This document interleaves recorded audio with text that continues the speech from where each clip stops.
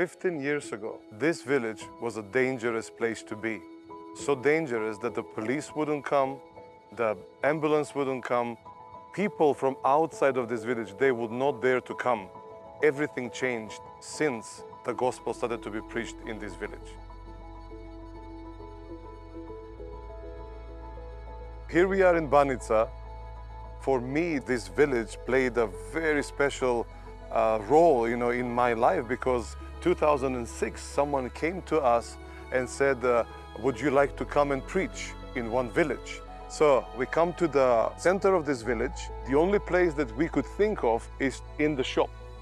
The pastor at that time, he says, let's preach. I said, well, you're a pastor, so you start first. So we found this box of empty bottles of beer, so we put it there. He jumped on it, he preached, I said something, we preached together, we explained, and this was the expression. We have never heard anything like this. Our hearts are singing of joy.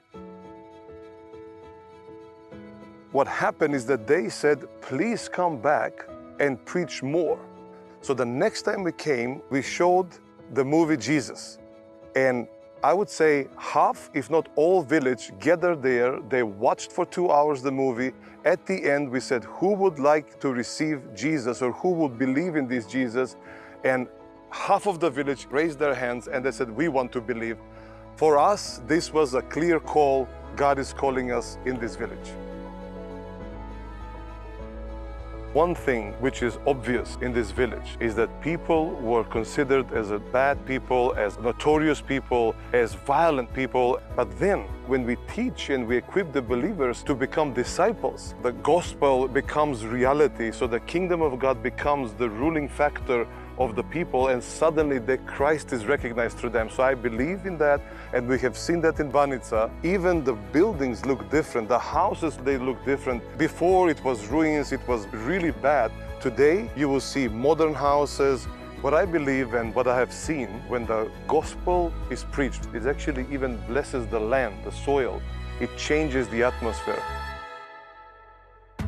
It's amazing that since we started to preach the good news here in this village, things have changed. Today, we have people who are saved, people who are healed, and even we have people who are leading the church, they're pastors, they're preaching. Actually, Stoyan, he is a pastor, he's a leader of this church here. We have people from Banica preaching in other churches in Macedonia, and we believe that from this village, there will be missionaries sent, spread out in the country, preaching the good news. God have done something in this village which is unheard, and it's amazing, and we are so glad and we are rejoicing with this village. So I really believe for a good future for this village, and we believe that building a church building is not just for the church purposes, but we want to build a kitchen there for the poor people to eat there. We want to create a place for children where we can have a teaching for them, and even like teaching, like a workshops where we can teach people skills, or just to have a place where people can come and find shelter or refuge. So this place is just waiting for a church building that we can build. Right now we have a tent, which is amazing. We can use it for meetings, but that's just temporary.